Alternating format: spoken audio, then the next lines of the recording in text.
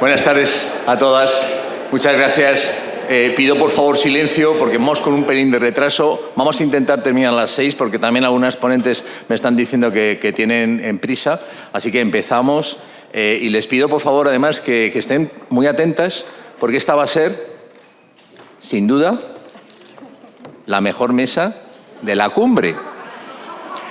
Bueno, esto es para generar expectación, eso ya lo decidirán si es o no la mejor mesa de la cumbre, porque el nivel evidentemente es altísimo. Yo solo debo dar las gracias no solo a nuestro decano, a toda la Junta de Gobierno, sino especialmente a nuestra querida vicedecana Isabel, que un año más pues, ha hecho lo más complicado, que es conformar este elenco excepcional de ponentes y de materias centrados en cuestiones que son realmente de vigente actualidad. Y agradecerla también su confianza y de toda la Junta y del decano pues, por permitirme tener el honor de moderar la mejor mesa de la cumbre, insisto. Hago una breve presentación curricular porque las personas que me acompañan yo creo que son muy conocidas de todas o de casi todas, pero hago una brevísima referencia curricular porque realmente son extensas todas sus currículas. Empezamos yo creo por el orden en el que estamos, ¿sí?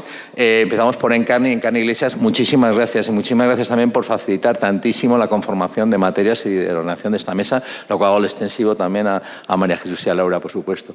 Lo digo a corto. Presidenta de Asociación Stop Violencia de Género Digital, entidad pionera, desde luego, en España, dedicada a combatir la violencia ejercida a través de los medios digitales. Es graduada en Derecho por la Universidad CEDEU.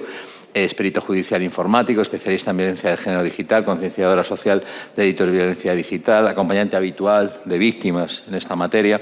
Además, también con una experiencia amplísima en el diseño e implementación de programas de formación en materia de ciberseguridad, responsable de desarrollo en marketing, en desarrollos tecnológicos, aportando esa visión estratégica, asesora y mediadora especializada en violencia digital, presidenta, evidentemente, de la asociación, ya lo he dicho, organizadora de ponencias, etcétera, etcétera, etcétera. Es un lujazo, de verdad, para mí, pero creo que para todos el que estés con nosotros esta tarde. María Jesús Juárez, desde las instituciones, es directora de la Oficina de Protección de Víctimas de la Comunidad de Madrid, es licenciada en Derecho por la Universidad de Sevilla, accedió a la Administración Pública en el Cuerpo Superior Jurídico de la Junta de Castilla-La Mancha. Desde 2015 está en la Comunidad de Madrid como técnica de apoyo, en su momento, del área de modernización de la Consejería de Justicia y en ese momento ya empezó a trabajar en un modelo de implementación, organización y desarrollo en materia de la Oficina de Asistencia a Víctimas del Delito. Y además, como consecuencia de ello, intervino muy activamente en la Ley 4/2015, reguladora del Estatuto de Víctimas del Delito. Desde 2017 es coordinadora de la oficina y además ha colaborado activamente en un reciente Real Decreto del Consejo de Gobierno en la Comunidad de Madrid, por el que se establece el servicio y la figura del personal experto en facilitador para prestar apoyo a las personas con discapacidad en sedes judiciales. Además de otras cuestiones adicionales, tiene el título de facilitadora procesal, imparte formación en numerosos eventos y además también está desde hace años en el equipo docente del Centro de Estudios del Colegio, con lo cual también un lujo y muchísimas gracias también. Lo mismo, lo reitero, por facilitar tanto la conformación para mí, que esto de la palabra moderador a mí no me gusta, porque no hay que moderar nada, hay que dar un poquito de paso y callarse, que es lo que me corresponde. Y Laura, muchísimas gracias Laura. Laura es Policía Nacional jubilada en acto de servicio, es presidenta de la Asociación de Jubilados de la Policía Nacional de España, es cofundadora de varias plataformas, voy a intentar decirlo bien, C1, B3, Women. Cyberwoman, vale, claro. Joder, estoy muy espeso yo. Presidenta de Sporty, de la plataforma Sporty también, plataforma solidaria y humanitaria en materia de activación de situaciones de ayuda en crisis, etcétera. SOS en Red, 3 plataformas de las que yo creo que nos va a hablar y que nos van a interesar a todos mucho. Y además, además de cofundadora de Cyberwoman, efectivamente, ahora lo he dicho bien, trabaja activamente en proyectos de seguridad digital, apoyo social, ha impulsado el Observatorio Español de Violencia de Género, etcétera, etcétera, etcétera. Muchísimas gracias a las 3. Hemos ideado, en principio, intervenciones breves, que luego haya debate, preguntas, por supuesto, y a las 6 tendríamos que terminar. Así que, muchísimas gracias. Encarni, por favor.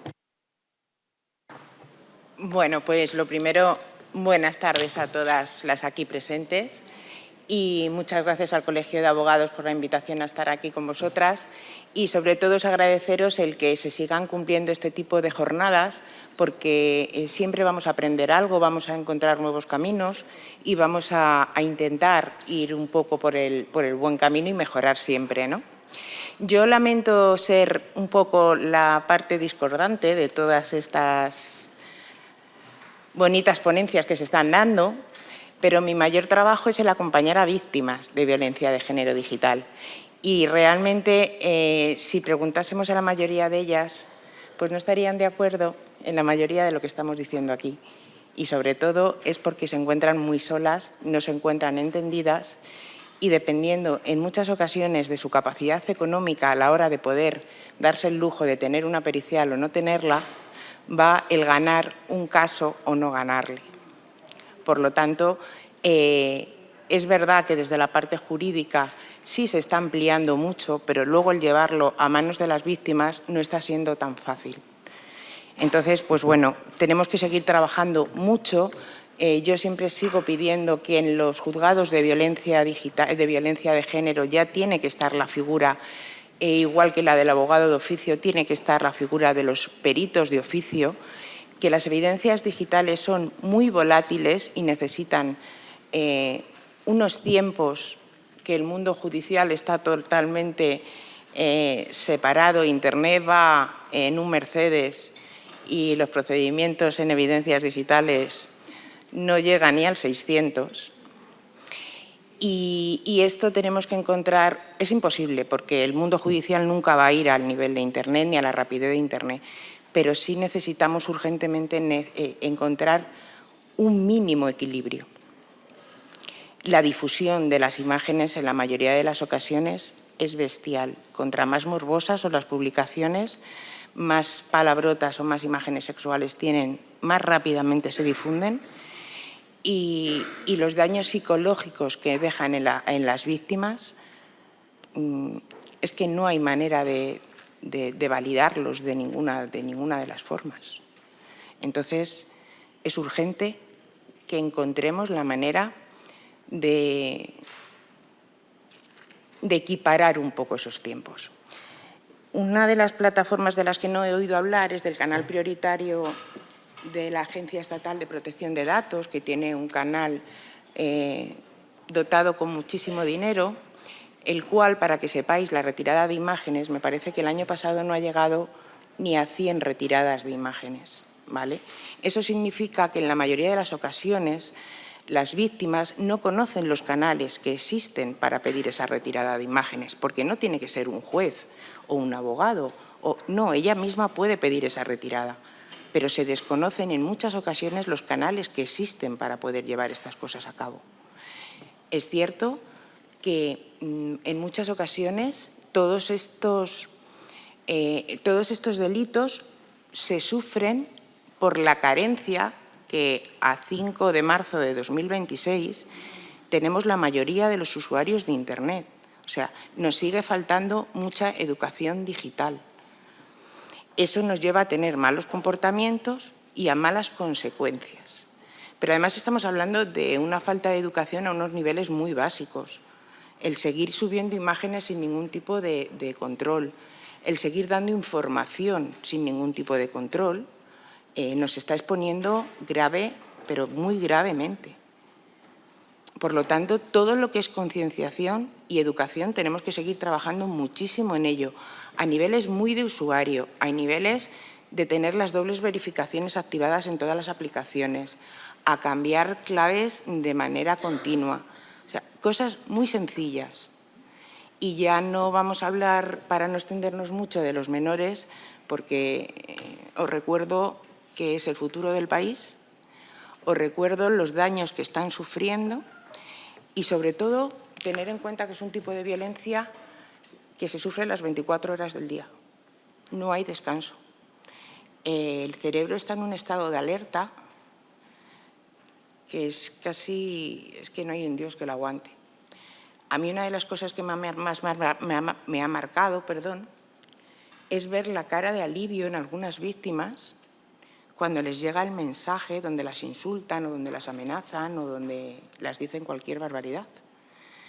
Porque en ese momento están visualizando al maltratador detrás del terminal.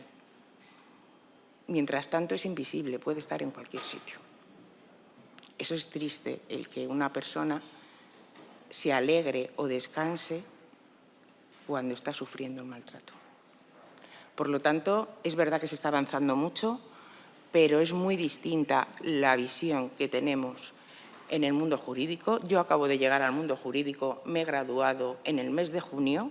De verdad, no voy a ejercer ni nada por el estilo, porque no va a ser lo mío, pero es muy distinta la visión de las víctimas a lo que realmente luego se encuentran en los juzgados, en los cuerpos y fuerzas de seguridad. Ojo, que la mayoría de cuerpos y fuerzas de seguridad se portan genial y en muchas ocasiones se les da consejos que no son los mejores pensando en el bienestar de la víctima. Pero ahí se actúa mucho con la doble victimización y realmente siempre tenemos que ir a por el que hace el mal. No por eso tenemos que esconder a las víctimas, ni tenemos que dejar que las víctimas se sientan mal ni avergonzadas por ser víctimas, que hoy por hoy sigue ocurriendo. Pues muchísimas gracias, Encarni, por esta introducción. Si quieres, María Jesús, a continuación, y luego empezamos con Laura. Yo decir exactamente lo mismo. Yo pertenezco a las oficinas de asistencia a las víctimas de la Comunidad de Madrid. Nosotros estamos a pie de guerra. Creo que es un recurso valiosísimo para todas las juristas porque estamos en sede judicial, atendiendo directamente a las víctimas que acuden a los juzgados, muchas veces para interponer las denuncias y otras veces para asistirlas y acompañarlas a nivel psicológico y para darles ayuda social. En relación con este tipo de delitos, decir dos cosas importantes. La primera es que estamos ante un delito muy especializado y técnico. Ese ámbito de actuación del delito va diríamos, a condicionar toda la acción o toda la protección de la víctima desde el momento de la denuncia hasta la resolución judicial. No es un problema el tema de los delitos que se cometen a través de la inteligencia artificial. Yo creo que hemos avanzado mucho en el ámbito jurídico, pero no podemos solamente restringir este tipo de delito o cargar toda la culpa en el ámbito jurídico o en el ámbito de la persecución del delito por parte de fuerzas y cuerpos de seguridad del Estado. Creo que el delito es un delito que abarca muchísimo más. Es un delito porque estamos hablando de servidores que hablan a nivel internacional. Estamos hablando de un problema que no solamente se circunscribe en el ámbito del ordenamiento jurídico español, ni siquiera ya de la Unión Europea, de las normativas que están saliendo en materia de Unión Europea, sino que va mucho más allá. Hablamos de delitos que se cometen en otros continentes, en otros países, con redes diferentes. Entonces, bueno, es verdad que la inteligencia artificial está claramente poniendo, diríamos, en confrontación la respuesta del ordenamiento jurídico y de las fuerzas y cuerpos de seguridad del Estado ante este tipo de delitos, pero también es verdad que hemos avanzado muchísimo. Hemos avanzado muchísimo. Lo que ocurre es que yo, desde mi punto de vista, ahora hablaré de los obstáculos que para las víctimas presenta la denuncia de este tipo de delitos, de cómo se sienten, del daño que este tipo de delitos les ocasiona, pero sobre todo no podemos circunscribir este problema solamente al ámbito judicial penal. Para que esto realmente se resuelva hay que hacer una actuación integral.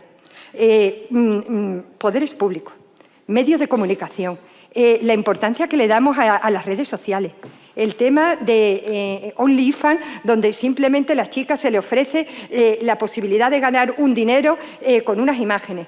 Todo eso debemos de regularlo de tal manera que seamos nosotros los que estamos directamente en contacto con las víctimas y protegiéndolas dentro de nuestro ordenamiento jurídico, los que adoptemos una conducta y una ética adecuada en estas materias. Falta mucha información. Los niños están totalmente mediatizados por los poderes públicos, por las redes sociales, cuántas niñas aparecen, y al final no solamente podemos circunscribir ese daño al ámbito penal. Es que hay mucho que hacer en el ámbito de información, hay mucho que hacer en el ámbito de conocimiento, hay mucho que hacer, pues estábamos hablando de los cribados, el solicitar, vosotros como letrados ante un juez, oiga, el borrado de determinadas cosas rápido, porque como dice la compañera, es un delito que precisamente por la capacidad enorme de difusión que tiene, hace un daño permanente a las personas. Y además es un delito que no es inocuo. Quiero decir, no afecta por igual a toda la población.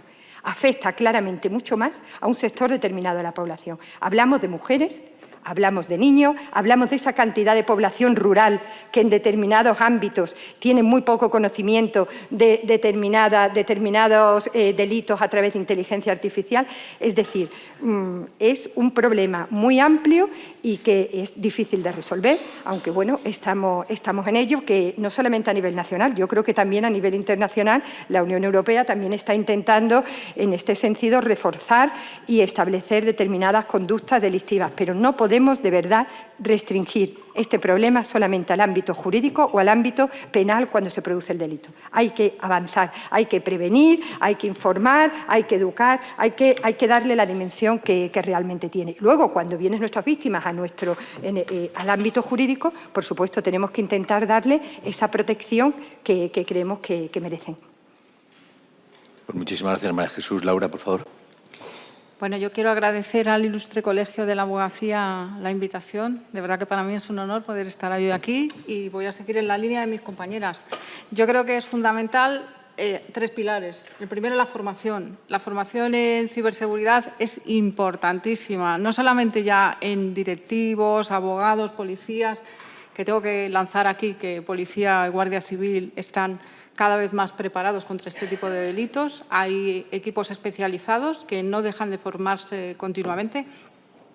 También en menores, o sea, desde los colegios tenemos que aplicar ya una ética en la educación sobre el Internet, igual que lo hacemos sobre otros valores que tenemos que adquirir en nuestras casas, ¿verdad? O a la hora de salir, esa educación tiene que estar desde pequeñitos, porque cuando nuestros hijos entran en Internet, lo hemos hablado aquí, se pierde no solamente la información que se produce, sino también quién hay detrás de ellos, quién hay detrás de esas redes y todas estas cosas. Ahí sí que quiero, voy un poco rápida, pero sí que quiero decir que la importancia de la identidad digital que se ha hablado antes aquí es muy importante. Yo creo que trabajemos mucho en ese tema, que todo el que tenga acceso a Internet debería de estar identificado. Otra cosa es que yo una vez entre en Internet y esté verificada, pueda ponerme un seudónimo porque tenga miedo a que me localicen o porque tenga miedo a algo, pero sí que si yo cometo un delito, la autoridad competente pueda detectar quién soy yo. Después tenemos, además de la formación, la cooperación. Como han dicho mis compañeras, es importantísimo que todos los organismos colaboren, tanto en el trabajo de formación como el de identificación, el de crear leyes, incluso con otros países, porque eso es lo que muchas veces nos lleva, esos egos o esas, no sé cómo decir, esa rivalidad entre países hace que muchas veces sea difícil que se cree una norma común para todos, que se pueda trabajar sobre esa víctima o sobre esas víctimas, que tenemos que tener en cuenta que, como ellas han dicho, son 365 días al año, 24 horas, porque no se acaba ahí, y que además con la inteligencia artificial todavía es mucho peor, porque no solamente pueden coger una foto nuestra y hacer virguerías, sino que pueden personalizar el delito que quieren hacer y hacernos creer muchas cosas, porque ya con la voz, con imágenes, con muchas cosas nos pueden engañar y pueden hacer sufrir no solo a mujeres, sino a tantos mayores que caen en delitos por miedo a mi nieto está en no sé dónde o me van a quitar el dinero en la cuenta y todas esas cosas. Y por último, el liderazgo. Las personas que tienen fuerza, poder, tanto en empresas como en organismos, deben implicarse muchísimo en esto, en que estas cosas funcionen y en que todos trabajemos al unísono en concienciar, en prevenir y en atajar este tipo de delitos. Muchas gracias. Teníamos unas reflexiones, preguntas que habíamos comentado, pero por favor, cualquier intervención. Yo sí que había una cosa que ha salido ya y es la protección institucional, ¿no? Las víctimas de género. ¿Se sienten o realmente están realmente protegidas las víctimas ante esta violencia digital? Ya no es que se sientan, sino que de verdad están protegidas. ¿Qué obstáculos hay? Lo comentaba también María Jesús. ¿Qué obstáculos puede haber todavía en este camino?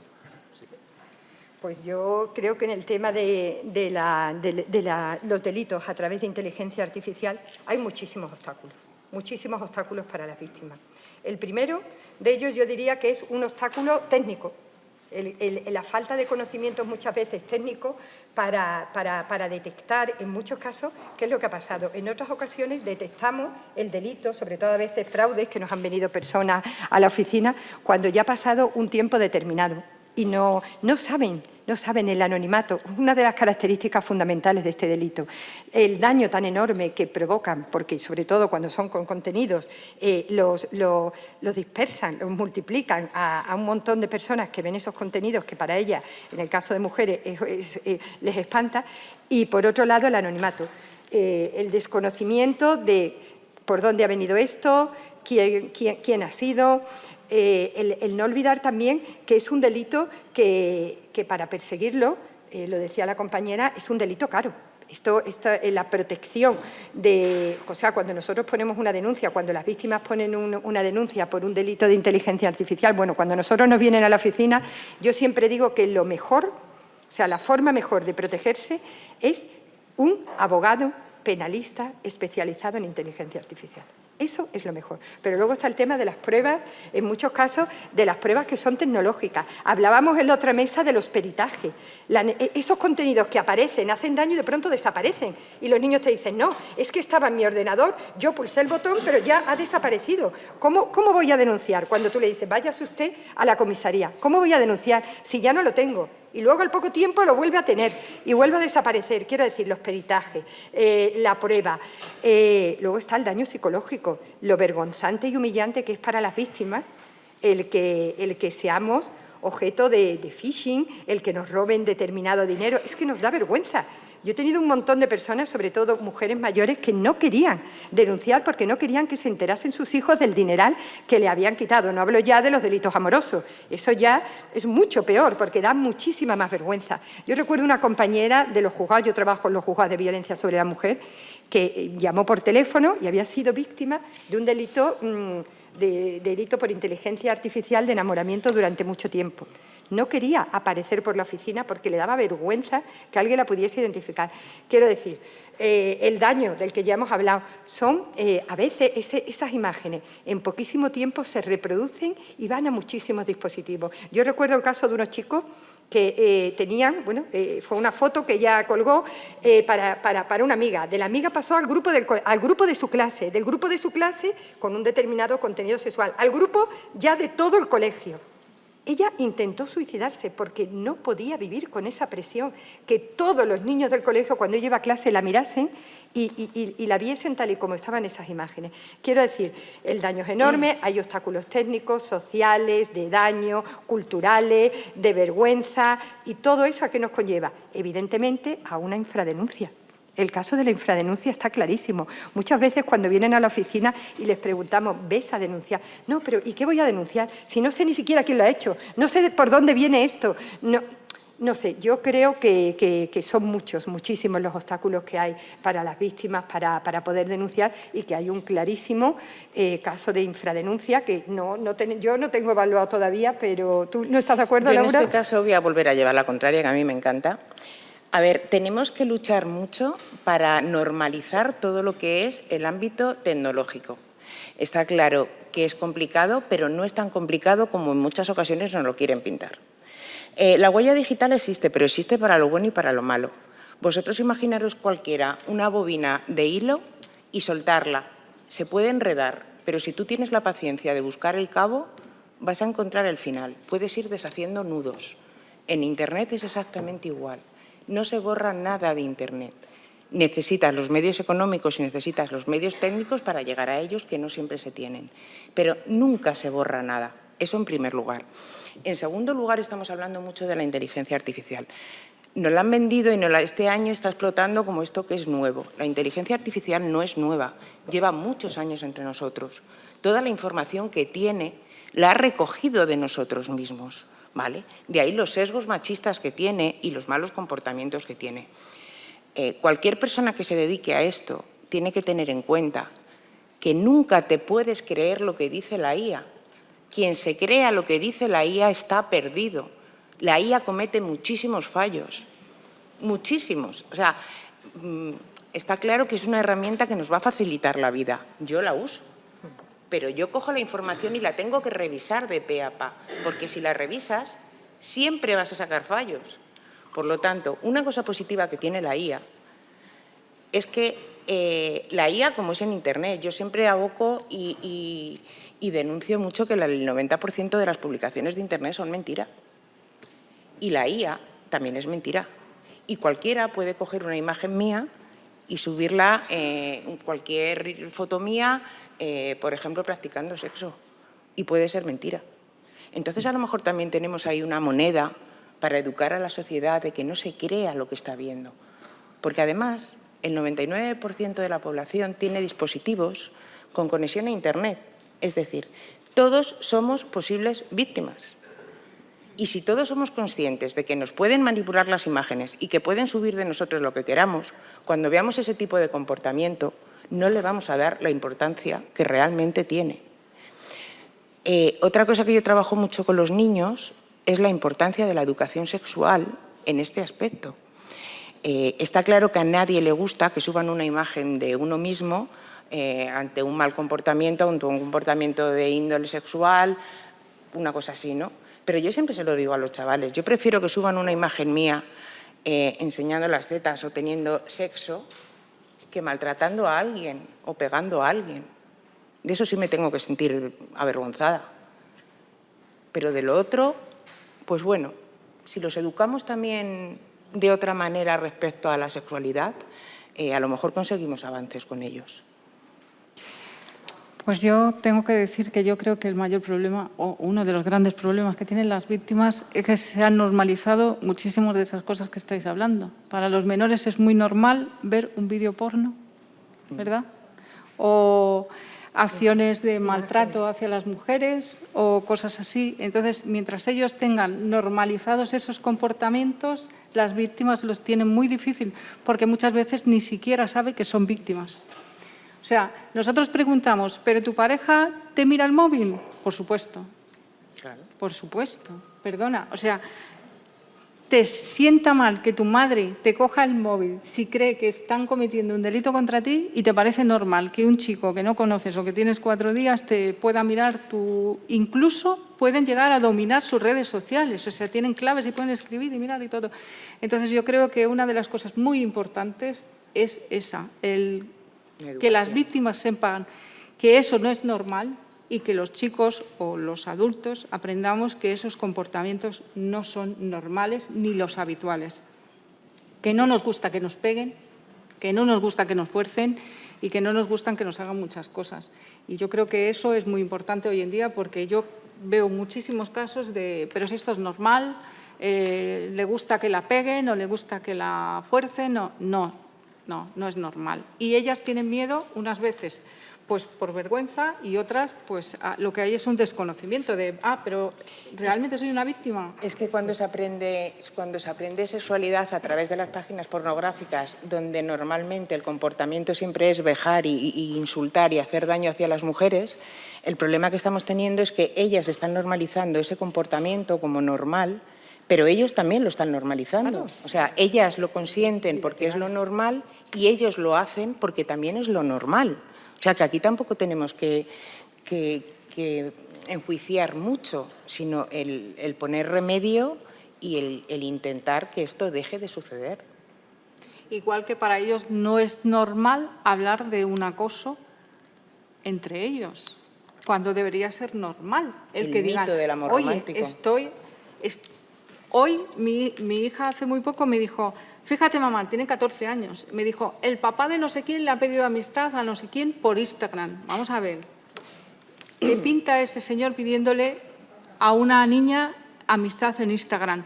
Pues si esa normalidad fuera habitual, podríamos evitar muchísimas cosas de las que están pasando. Pero como no es una cosa normal que deberíamos de normalizar con la educación, pues evitaríamos muchísimos problemas. La niña de 14 años no debería de estar en Instagram. Claro. Sí, pero ¿por qué no? Lo que tenemos que tener es un Instagram seguro para esa niña, pero donde no pueda entrar un señor de más de 18 a decirle nada a esa niña. Pero es que no nos podemos olvidar que las aplicaciones son empresas privadas que buscan un beneficio económico, como todas las empresas privadas del mundo. El problema es que antiguamente las empresas privadas buscaban a través de productos, la mayoría de las empresas. Ahora el producto somos las personas. Pero tampoco nos podemos olvidar que los jóvenes hoy en día cada vez se comunican menos y cada vez lo hacen más a través de las redes sociales. Entonces, eso es una cosa que no vamos a poder evitar. Quizás ahí, justamente, yo creo que en esta discusión es donde vemos para qué sirven los poderes públicos.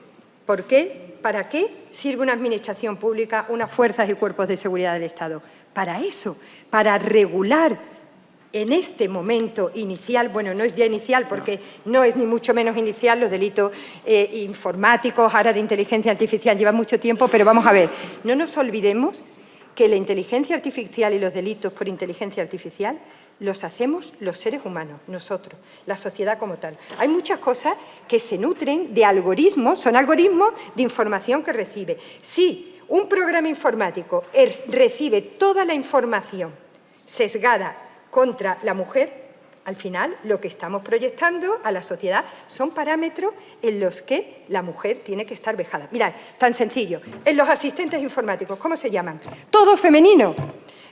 Isis, Alesia, no sé qué, no sé cuánto, lo típico.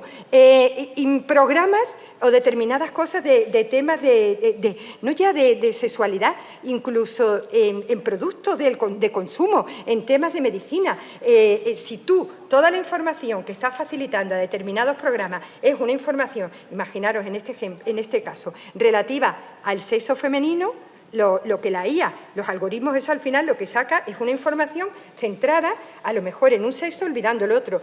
Es el momento de que los poderes públicos regulen, que para eso están, y pongan vetos y pongan cortapisas a determinadas actuaciones que están generando daño. La inteligencia artificial, por supuesto que tiene ventajas y tiene beneficios. Las fuerzas y cuerpos de seguridad del Estado lo utilizan para prevenir y para determinadas conductas delictivas, porque son algoritmos que sacan nutridos por información que le facilitamos nosotros.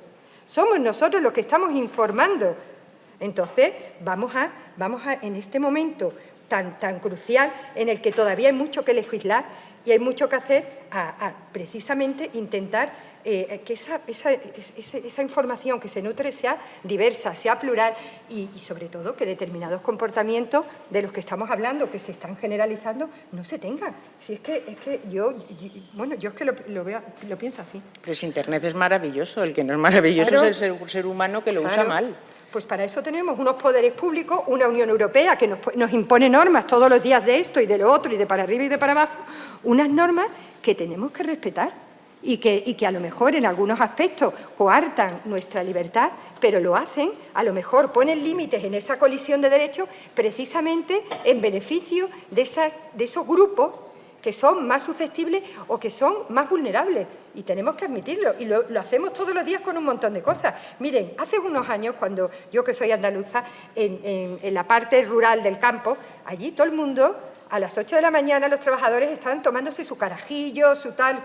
Cuando vino la ley del alcohol y del tabaco, yo dije, bueno, esto aquí en Andalucía, bueno, es que esto pertenece a la idiosincrasia. No. Esto, la sociedad, con su ética, con sus conductas, Oye, lo fue erradicando poco a poco porque se vio que era algo que era malo, que no era beneficioso. Con esto podemos hacer exactamente igual. La pornografía infantil, determinadas cosas. ¿Cuál es el problema? Que generan mucho dinero. Y ese es el problema. Pero yo creo que debemos de abogar porque los poderes públicos y las administraciones públicas en este momento regulen de una manera adecuada la inteligencia artificial, que efectivamente tiene muchísimas cosas buenas, pero también tiene muchísimas cosas malas, y estamos, yo creo, que en un momento bueno para intentar acortar todos estos abusos que se están cometiendo. Dos reflexiones a este respecto. La primera es poner puertas al campo. Me explico. Elon Musk, estas cosas que vemos, ¿no?, etcétera, eso de una parte, o sea, es luchar contra un gigante, etcétera. Y luego lo otro, la tendencia. La tendencia, esto va a peor, va a mejor, no sé. ¿Cómo lo veis? En el momento que hay más usuarios, tiene que ir a peor, pero os voy a decir, por ejemplo, las aplicaciones, no sé si los que tendréis niños pequeños lo conoceréis más, el dueño de Roblox, el CEO de Roblox, ha dicho públicamente, el señor, que sus mayores y mejores clientes son los pederastas. Así, con estas palabras, mis mejores y mis mayores clientes son los pederastas.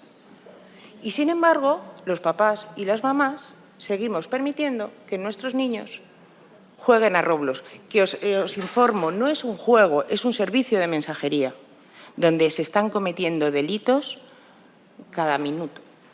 Pero los papás y las mamás lo estamos consintiendo. ¿Quién son los culpables? Pues de ahí es la importancia de la identidad digital, de que cuando alguien entre en una aplicación tenga que decir quién es y que cuando nuestro hijo sufra una cosa así, pues sepamos quién es. Y seguramente se lo pensará más. Además, es una cosa que yo llevo muchos años pidiendo y no es tan difícil como no lo quieren pintar. Yo recuerdo que cuando empezaron los teléfonos móviles a usarse mayoritariamente a nivel de cualquier usuario, íbamos y comprábamos una tarjeta de prepago y no dábamos los datos. Y Telefónica dijo, a partir del día 1 de enero, quien no dé los datos de sus teléfonos se quedan sin línea. Y fuimos todos corriendo.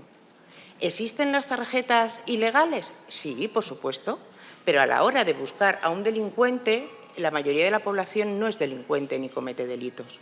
Entonces, para los cuerpos y fuerzas de seguridad y para todo el mundo, a la hora de buscar a un malo, como yo digo, lo va a tener mucho más fácil. Yo no me voy a esconder, yo voy a ir y voy a dar mis datos sin ningún tipo de problema. A la hora de que se cometa un delito, será más fácil buscar una aguja en un pajar chiquitito que en un pajar grande. ¿Por qué se cometen más delitos en Internet que físicos hoy en día? Por el anonimato. Más fácil. Que la gente se sigue pensando Un que es delincuente anónimo. sale a la calle y tiene que robar 10 carteras para conseguir a lo mejor 50 euros. Un malo Cómodamente desde tu casa. se sienta en el sofá de su casa, Cómodamente. compra en la web negra no sé cuántos mensajes de phishing y al cabo del día a lo mejor en media hora han caído 5.000 personas y me he llevado limpio 500, 1.000, 2.000 euros. Y de verdad que no es nada difícil cometer este tipo de delitos. O sea, la persona más torpe ahora está la IA, pero hasta hace un par de años tú ibas a YouTube, a Mr. YouTube, como yo le digo, y te le pedías, dame un tutorial para espiar a mi pareja, dame un tutorial para reventar una clave. Y además si le ponías al final, para torpes, es que te iba diciendo, ahora das a esta tecla, ahora das a esta otra, o sea, está a nivel de cualquiera. Por lo tanto, todo lo que sea identificar, está bien que luego tú dentro de una red puedes elegir si quieres o no quieres. Lo primero es que a nadie nos importa lo que hace el otro, esa necesidad de contar lo que estamos haciendo, dónde lo estamos haciendo, cuándo lo estamos haciendo.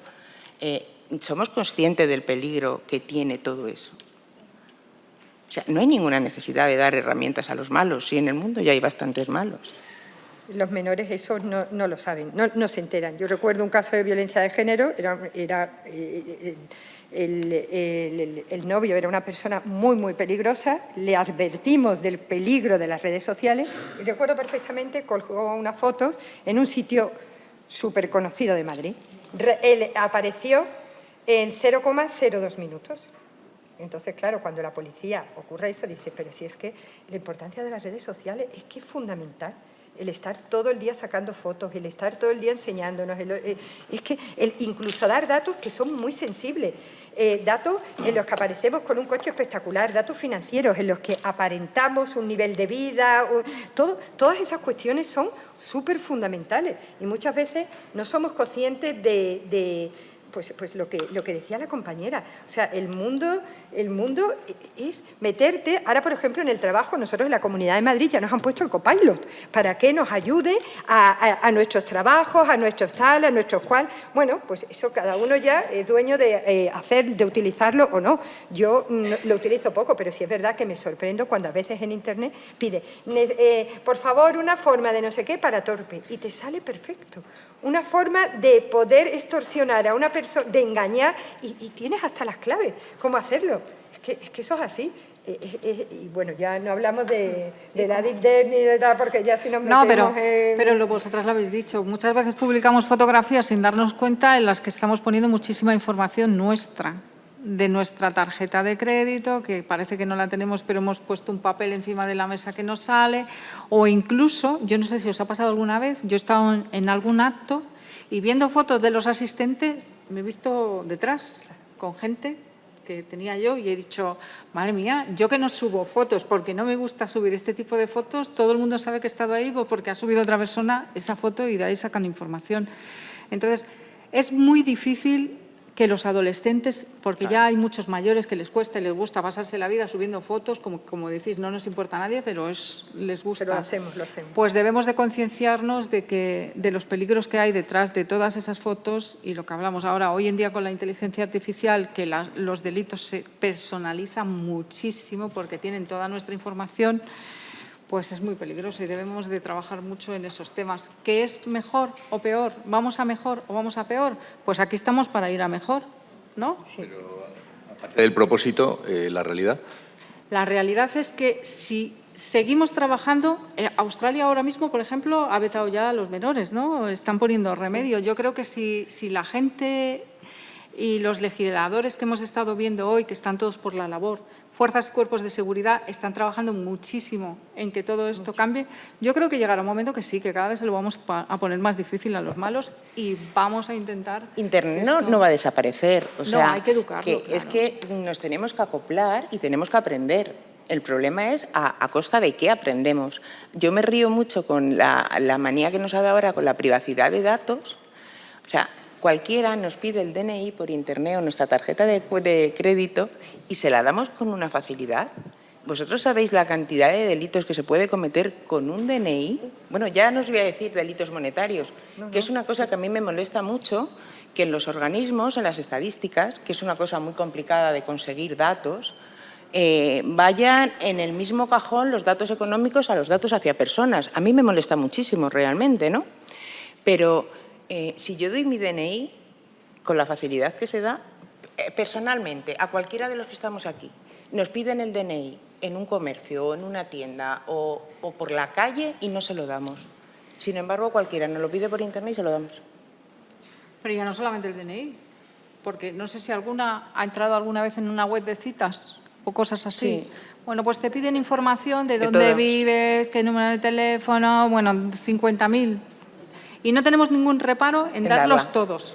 Cómo somos, qué hacemos, qué pensamos, dónde nos gusta ir de vacaciones. Estamos regalando información a Internet. Está claro. Que la mayoría es mentira, porque encima la pintamos lo más bonita posible para que eso causa envidias, claro, que encima luego eres más propenso a tener más ataques. Claro, en las fotos en las que muestras un determinado nivel social, un determinado nivel de relaciones, las fotos que se ponen, cuidadito también con las fotos en las que nos las hacemos nosotros, pero salen menores. Eso o mayores sin consentimiento. Sí, bueno, o mayores, pero bueno, menores. Luego también la importancia que le damos en muchos casos a los temas de los adolescentes. Pues si mi hijo no tiene que estar en Internet, nadie nos hemos muerto por no tener Internet cuando teníamos 14 años. Es que yo recuerdo una guerra con mis hijos con el tema del móvil, tremendo. Al final es que te arrastra los amigos, la sociedad, es tremendo. El móvil no por tener el móvil, sino por el tema del acceso desde el móvil a Internet, a las redes, a todo. O sea, yo a mis hijos les coloqué la geolocalización, pero vamos, rápidamente.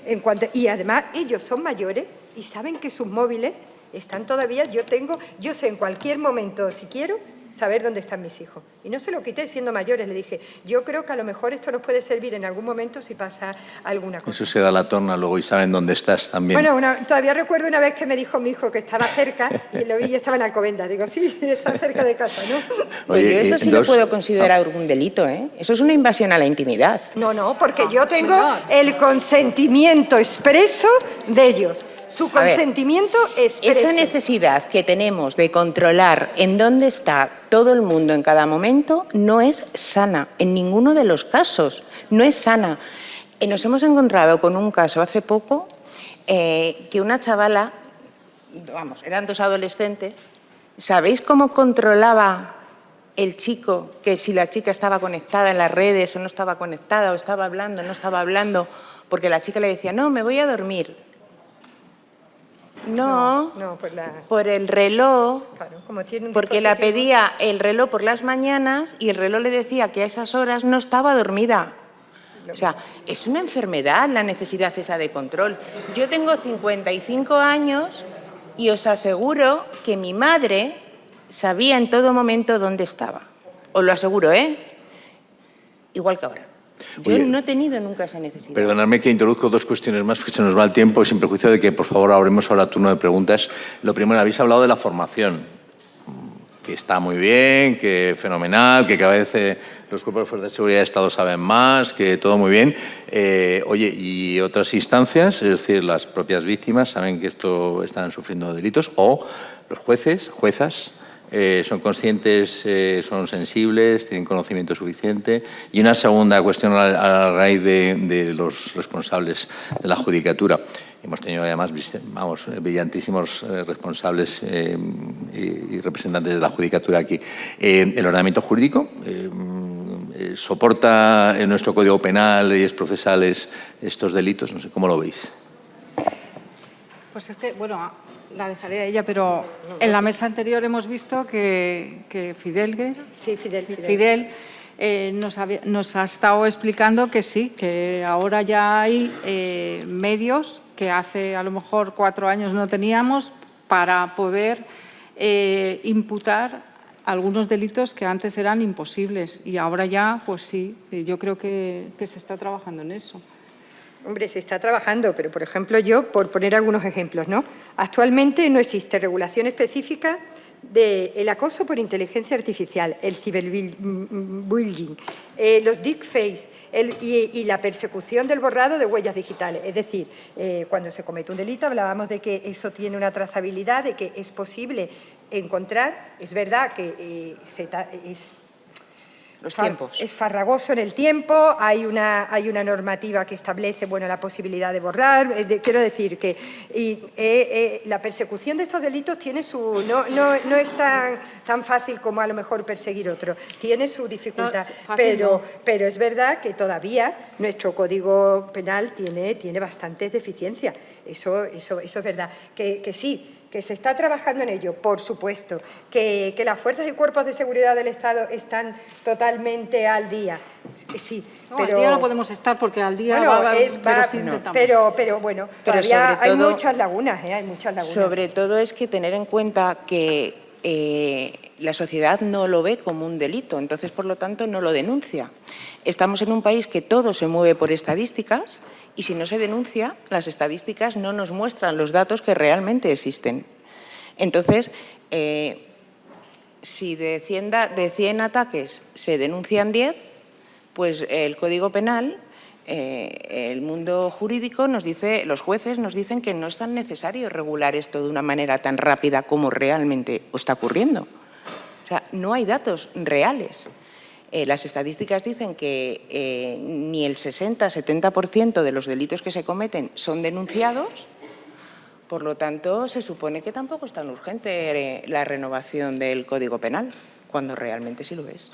¿Se está renovando, se está ampliando? Sí, pero que tendrían que ser penas más duras, más rápidas y más cara a que toda la sociedad las conozca, también. Luego está el tema de la calificación jurídica del delito, que es muy importante. Cuando el delito se califica como leve, no tenemos derecho a la asistencia jurídica gratuita, salvo en algunos casos que las oficinas lo justificamos de una manera determinada y sí la conseguimos.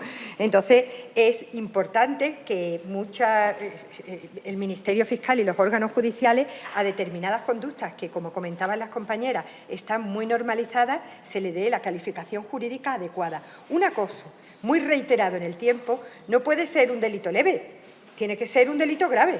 O sea, la calificación jurídica va a determinar mucho la intervención del abogado, el procedimiento judicial. Entonces, yo creo que ahí tenemos un punto de inflexión bastante importante, porque muchas víctimas, este delito, para perseguirlo, como necesitamos en muchos casos pruebas digitales, necesitamos peritos digitales, gente que conozca de verdad cómo podemos ir trazando y tal, pues ¿qué es lo que ocurre? Que son delitos que son caros.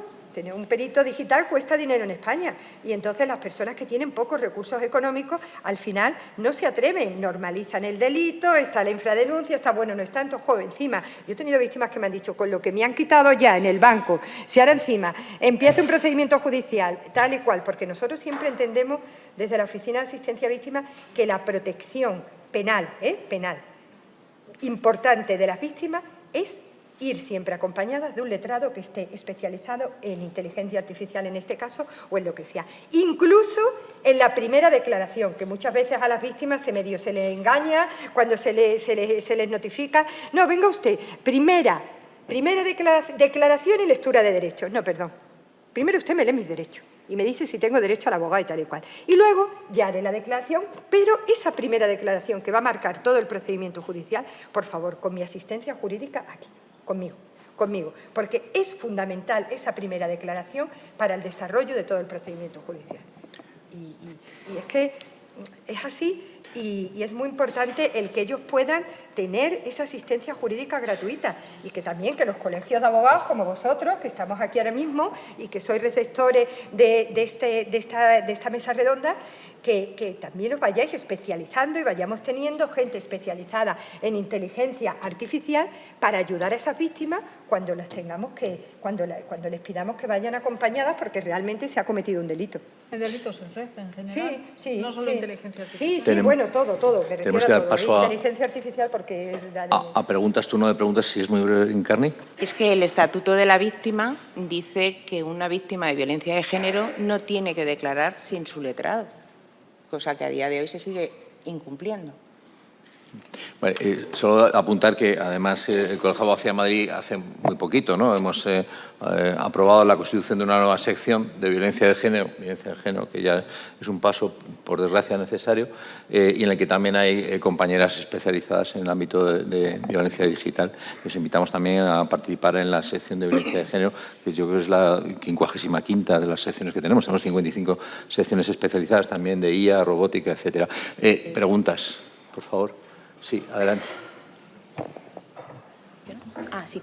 Hola, buenas tardes. Bueno, en primer lugar, gracias por esta charla y por este evento. Creo que es súper necesario. Y a mí me gustaría hablar de que no creo que el problema sea realmente a lo mejor del reloj que dice a las horas que has dormido o la que no has dormido.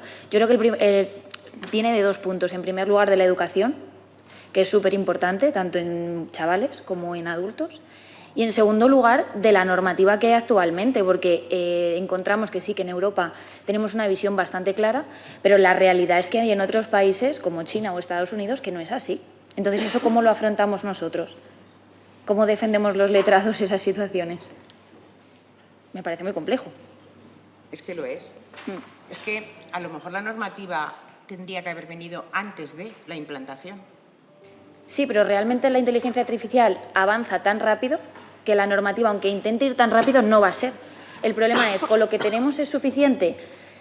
Es que depende, porque hay delitos que se cometen fuera de la Unión Europea. Pero es que eso ocurría antes de la IA. Es que ahora Sí. lo estamos centrando todo en la IA y la IA es una herramienta más. O sea, Internet es el problema. Y la normativa tenía que haber existido antes de. No ha existido.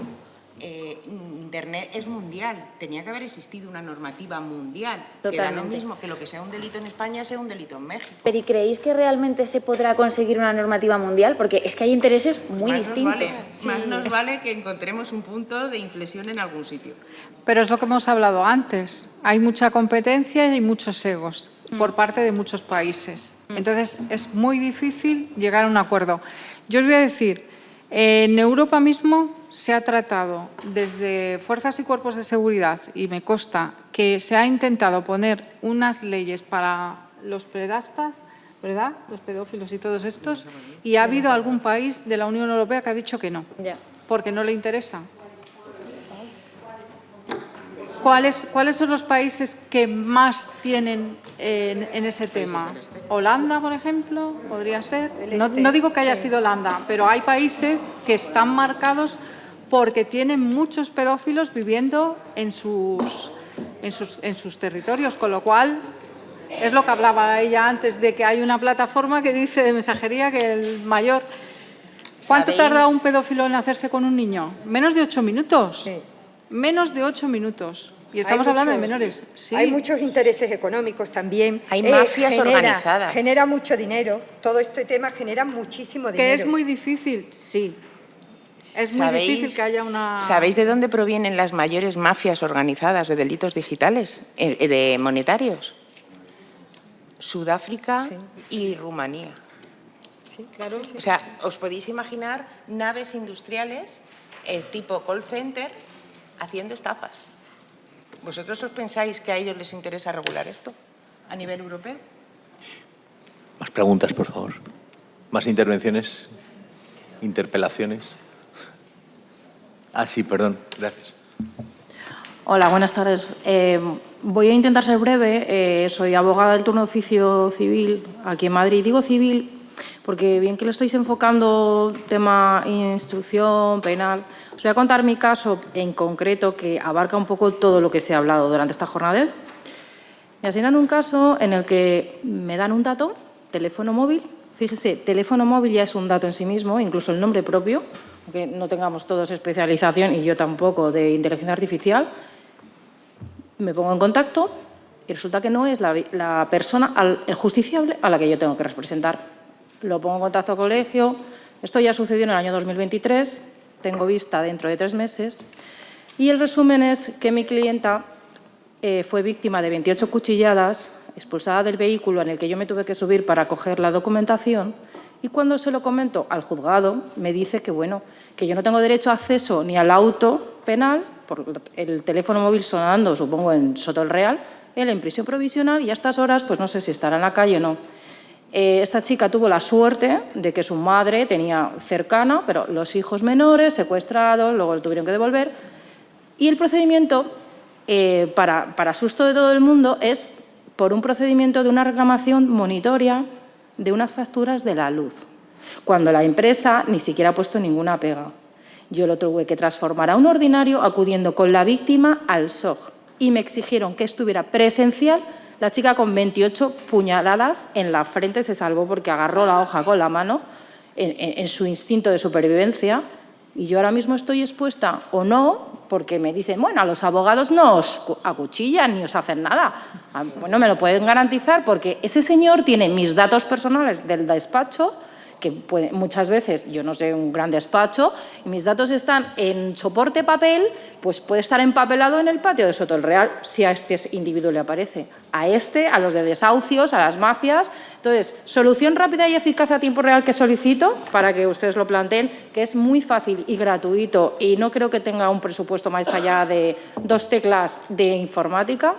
Por favor, a las abogadas y abogados del turno de oficio de todas las jurisdicciones, anonimicen datos en soporte papel en las notificaciones fehacientes a través del EXNER, de jurisdicciones. Y ahora voy a la pregunta que a todos os hierve en la cabeza. No se puede cambiar la ley. No, es que no estoy hablando de cambiar la ley. Igual que un banco, te llega la carta al buzón con asteriscos de tu número de cuenta. Esto es exactamente lo mismo. ¿Hace unos años no se podría hacer? De acuerdo, pero en el 2026, un 5 de marzo, lo siento, pero esto ya es súper corregible. Y, insisto, esta chica todavía, iremos a juicio, evidentemente, una vista verbal, de un ordinario, perdón, que ya lo transformé a ordinario, pero ninguna de las aristas, salvo la madre, la víctima y yo, que nos jugamos el pescuezo, y yo también, yo identifiqué a la víctima como una víctima de Biogen, pero evidentemente ni tenía competencia en ese instante, ni prueba me tuve que camelar al individuo un individuo que, bueno, no voy a decir de qué etnia ni nada, pero por lo visto debía ser un pieza de mucho cuidado. Y entonces, por favor, por cerrar el asunto y enfocarlo también a IA, que la IA no es solo la ciberdelincuencia, los menores están expuestos de hace 1000 años y las deep web no preguntan, son auténticas empresas y gente que está trabajando 24/7 en un sofá contactando con menores. Yo vi un expediente una vez de un menor de bebé y a lo mejor el perfil no es un pedófilo abandonado. Era un ingeniero, padre de familia, excelente padre de familia, con unos sumarios más altos que esta botella de agua. Entonces, por favor, no empujen a las víctimas, a revictimización, a darlas a ellas la responsabilidad directa inicial de un procedimiento. Actúen de oficio. Igual que nosotros no podemos regular las normas de un banco, las normas de una joyería, pero no le pidan a la gente, mire, esto es una joyería, pero usted solo entre de 9 a 2. Oiga, no, persigan ustedes el delito. La víctima no tiene ni la capacidad a tiempo real ni posterior, precisamente porque es víctima, de iniciar esos delitos. Y eso forma parte de las instituciones. En esta sede y en esta sala que estamos de Ernest Lluch, en el Congreso de los Diputados, a ver, yo soy una humilde abogada del turno oficio, civil, además, que es que ni siquiera penal. En penal debe de haber casos todavía más tremendos, o no, no lo sé. Por favor, pónganlo en alguna mesa. Yo he intentado hablar con todas las partes, he hablado en Plaza Castilla con SOC, responsables, y me dijeron, bueno, sí, lo tendremos en cuenta, lo vamos a proponer en mesas, 3 años, y tengo la vista que no se ha suspendido ni se ha archivado. Y bueno, con la Ley de Orgánica 1.25, eso daría para un congreso de 365 años.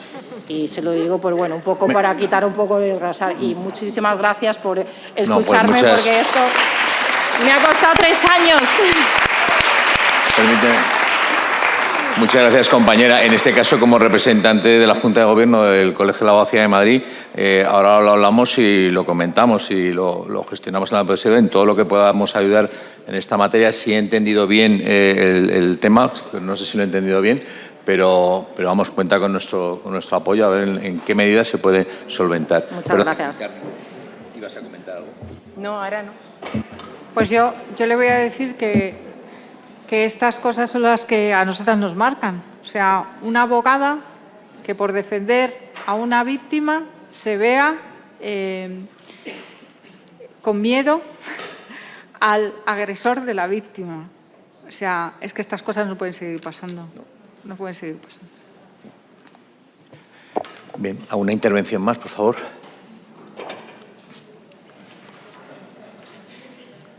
¿No? Lo hemos hecho muy bien. Bueno, pues estamos sobre la hora. Yo quiero volver a agradecer expresamente a Encarni, a María Jesús, a Laura. Lo hemos intentado hacer de la forma más debate activo posible. Gracias por vuestra asistencia, vuestras intervenciones. Y solo decir que mañana a las 9 empiezan las acreditaciones y a las 9:15 empieza la primera mesa realmente interesante sobre el impacto de la IA y en los derechos laborales. No sé si quieres intervenir algo, Isabel. Bueno, pues cerramos aquí la primera jornada de la Cumbre de Mujeres. Muchísimas gracias.